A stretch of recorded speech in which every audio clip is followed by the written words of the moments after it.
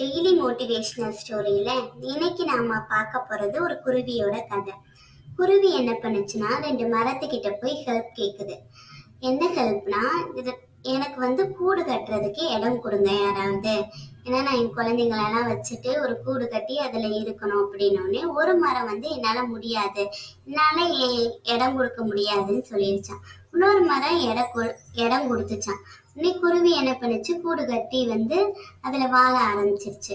ஒரு பெரிய மழை பெஞ்சிச்சான், ஆறும் நிறைஞ்சிச்சான்.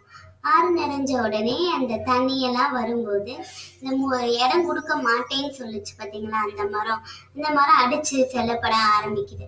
உடனே குருவி அந்த மரத்தை பார்த்து சொல்லுதான், நீ எனக்கு இடம் கொடுக்கல, அதனாலதான் இப்ப அடிச்சுட்டு போகப்படுற அப்படின்னு சொன்ன உடனே அந்த மரம் சொல்லிச்சான், இப்படிதான் எனக்கு நடக்கும்ன்றது தெரியும், நான் வலுவிழந்து போயிட்டேன், எனக்கு இப்படிதான் நடக்கும்னு தெரிஞ்சுதான் நான் உன்னைய என்கிட்ட சேர்த்துக்கவே இல்லை.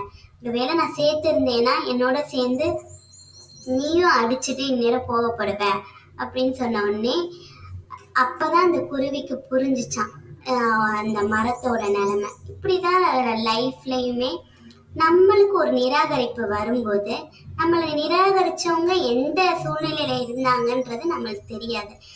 ஹெல்ப்போ ஏதோ கேட்கும்போது இங்க எதுக்காண்டி அது முடியாதுன்னு சொன்னாங்கன்றது நம்மளுக்கு தெரியாது. அதனால ஒரு நிராகரிப்பு வரும்போது அதை பெருசா எடுத்துக்காம அடுத்தடுத்து நம்ம போக ஆரம்பிச்சிடணும்.